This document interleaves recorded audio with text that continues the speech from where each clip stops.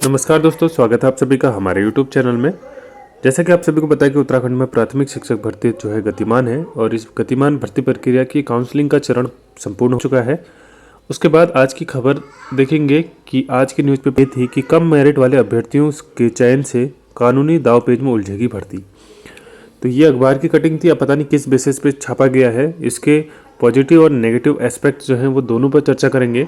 उसके बाद कम गुणांक वालों का क्या होगा, इस पर भी बात करेंगे।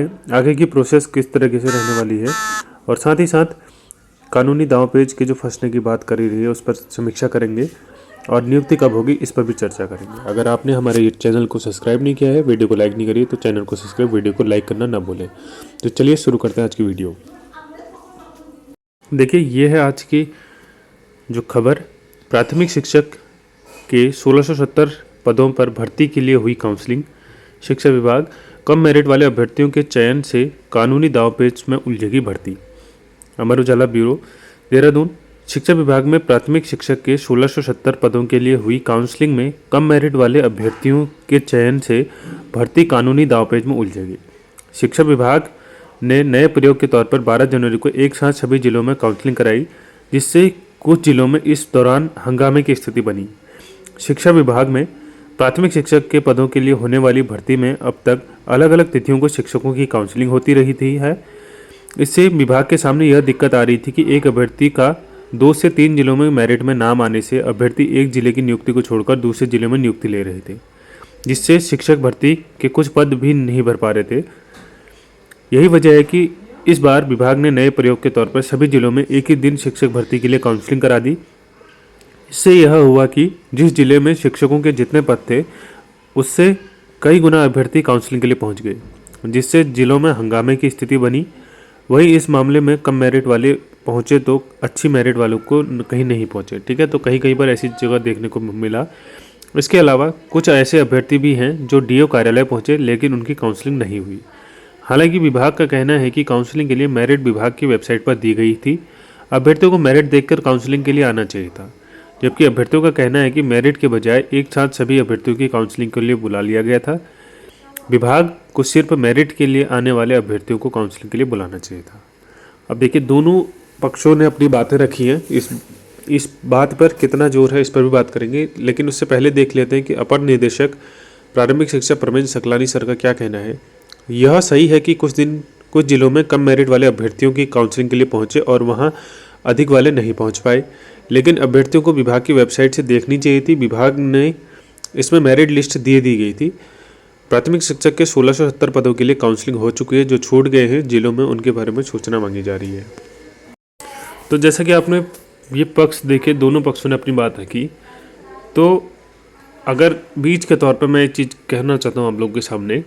देखिए, सबसे इसमें यूनिवर्सल ट्रूथ मैंने पिछली वीडियो में भी बताया था कि पद हैं 1670 और कैंडिडेट्स जिन्होंने इस भर्ती प्रक्रिया में अप्लाई किया था उनकी संख्या 6500 से भी ऊपर थी। अब आप समझ सकते हैं कि 6500 कैंडिडेट और पदों की संख्या 1670। तो सबसे पहले आपको ये समझना होगा कि कोई भी कितने 8 पास वाला लड़का भी होगा तो वो भी ये समझ पाएगा कि 1670 अगर वैकेंसी है और 6500 से ऊपर फॉर्म भरे जा रहे हैं तो लगभग 5000 के आसपास अभ्यर्थी बाहर होने के पूरी संभावनाएं हैं। ठीक है, तो इन अभ्यर्थियों द्वारा ये र्यूमर्स फैलाए जा रहे हैं कि कम मेरिट वाले अभ्यर्थियों का चयन होगा और अधिक वाले बाहर हो जाएंगे। अब मैं आपको इसको प्रूफ बताऊंगा कि कैसे ये चीज़ें क्या होने वाली है। तो देखिए, सबसे पहले पिछली बार जो भर्ती प्रक्रिया हुई थी उस भर्ती प्रक्रिया में क्या हुआ था कि जितने कैंडिडेट मेरिट लिस्ट में सेलेक्ट हुए थे, जैसे अल्मोड़ा में 241 पद थे तो टॉप के 241 पदों को बुलाया जाता था। अब उन्हीं बच्चों का नाम रिपीट हो रहा था सभी जगह। तो मैक्सिमम कितने पद भरे जाते, 241 पद, जहां सबसे ज़्यादा पद थे उतने ही पद भरे जा सकने की संभावनाएं थी। और इससे क्या होता था कि भर्ती प्रक्रिया 6 महीने 8 पिछले बार की भर्ती प्रक्रिया जून 2024 से शुरू होकर जून 2025 में ख़त्म हुई। 5 जून 2025 को अंतिम नियुक्ति प्रक्रिया दी गई थी। तो आप समझ सकते हैं कि इस प्रकार पहली चीज़ ये थी कि भर्ती प्रक्रिया 1 साल चल रही थी। दूसरी चीज़, एक अभ्यर्थी ने 3-3, 4-4 जगह ज्वाइनिंग ली थी। अगर इस बार भी ऐसी भर्ती प्रक्रिया अपनाई जाती कि जितने मेरिट में अभ्यर्थी थे उतनों को ही बुलाया जाता, तो मैं पॉसिबिलिटी गारंटी दे सकता हूँ कि जितने डाइट वाले थे उनके अलावा कोई सिलेक्ट नहीं होता। बहुत 90% डाइट वाले ही रिपीटेशन में सिलेक्ट हो रहे होते, क्योंकि 450 के आसपास डाइट वाले थे। अगर एक आदमी 2 जगह भी पोस्ट स्विच करता है तो उसका नाम 900 पदों में 900 पोस्टों तक क्या होता, उसका नाम आ जाता, और उसके बाद जो है 450 पोस्ट बर्बाद जाती, और लगभग इसमें इतने ही पद भरे जाने हैं नॉर्मल भर्ती के। बाकी बैकलॉग वगैरह जो चीज़ें थी वो चीज़ अलग चलती रहती। तो इस बार की भर्ती प्रक्रिया में बहुत सारे अभ्यर्थियों को फ़ायदा हुआ है जिनका कम मेरिट है, जिनका 80 से ऊपर 80 82 78 79 इस तरीके के गुणांक है। तो इन अभ्यर्थियों को फ़ायदा हुआ है कि डाइट वाले बच्चों की रिपीटेशन ना होने से इनको डायरेक्ट नियुक्ति मिल रही है, पहली बात। और जो ये हल्ला मचा रहे हैं कि कम मेरिट वालों को ज्वाइनिंग मिलेगी, उसका भी सॉल्यूशन देता हूँ मैं आपको कि सबसे पहले आप इस भर्ती को इस आधार पर चैलेंज नहीं कर सकते कि इस डिस्ट्रिक्ट में कम वाले को लिया गया, इस डिस्ट्रिक्ट में ज़्यादा वाले को। उसका रीज़न मैं बता देता हूँ, क्योंकि आपने हर डिस्ट्रिक्ट में अलग अलग फॉर्म भरा है। आप इस भर्ती को एक कंबाइंड भर्ती के तौर पर नहीं देख सकते हैं। आपने हर डिस्ट्रिक्ट में अलग भरा फॉर्म, और हर डिस्ट्रिक्ट का नियुक्ति अधिकारी अलग फॉर्म है। हर डिस्ट्रिक्ट की प्रोसेस अपनी अलग अलग स्वतंत्र है। उसके बाद अगर डिस्ट्रिक्ट की स्वतंत्र प्रक्रिया है तो आपको एक डिस्ट्रिक्ट को चैलेंज करना पड़ेगा कि हाँ, मेरी इस डिस्ट्रिक्ट में मेरे से कम वाले का सिलेक्शन हुआ है और मेरे से ज़्यादा वाले का सिलेक्शन नहीं हुआ है, मतलब मेरा सिलेक्शन नहीं हुआ, मेरे से कम वाले का सिलेक्शन हुआ है। तो ऐसे में आपको मैं बता दूं कि जब भर्ती नियुक्ति प्रक्रिया के लिए काउंसलिंग का लेटर आया था, उसमें साफ साफ ये मेंशन किया गया था कि आपको इस स्थिति को पहुंचना है, आप पहुंचिए वहां पर। अब जिस डिस्ट्रिक्ट को आप चैलेंज करेंगे वो डिस्ट्रिक्ट तो बोल देगा कि हमने इनको कॉल करी थी, अब ये नहीं आएगा, तो हमने साफ साफ लिखा था कि हम कोई अगर अभ्यर्थी नहीं आता है तो उसके नीचे वाले गुणांक वाले अभ्यर्थी को बुला लिया जाएगा। तो अगर आप किसी डिस्ट्रिक्ट में नहीं पहुंचे तो वो आपकी जिम्मेदारी है कि आप इस डिस्ट्रिक्ट में नहीं पहुंचे तो आपसे कम वाले का सिलेक्शन हो गया है, क्योंकि डिस्ट्रिक्ट एजुकेशन ऑफिसर जो है जिला शिक्षा अधिकारी की तरफ से सभी को कॉल किया गया था, यानी कि सभी को बुलाया गया था, ताकि कल के दिन ऐसा ना हो कि कल के दिन कोई अपनी दावेदारी पेश करे।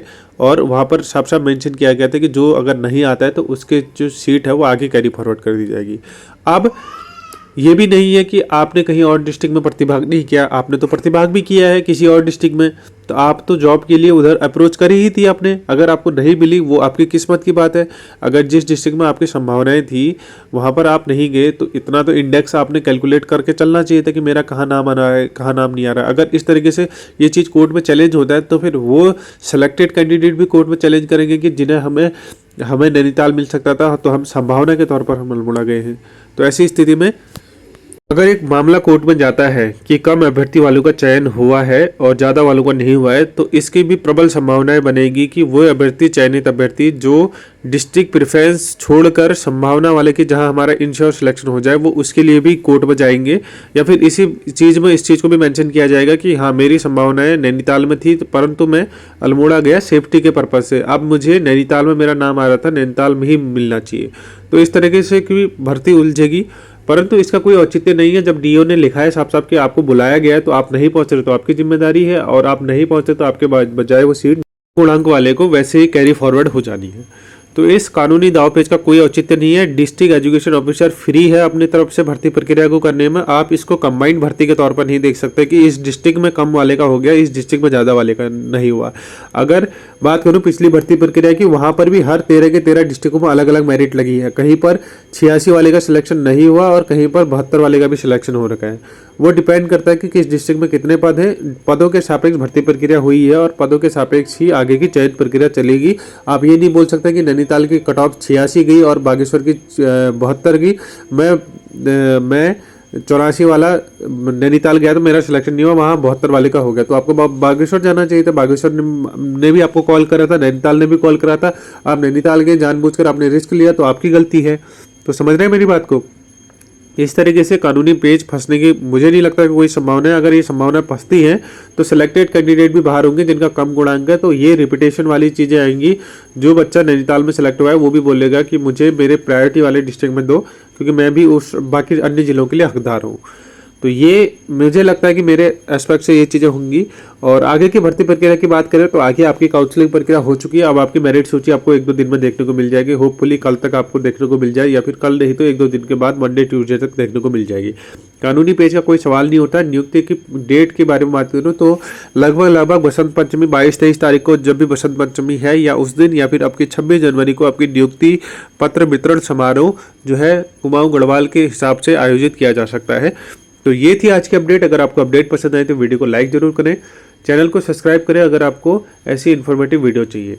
कोई सुझाव प्रश्न हो तो कमेंट बॉक्स में कमेंट जरूर कर सकते हैं। Thanks for watching. मिलते हैं नेक्स्ट वीडियो में, तब तक के लिए बाय।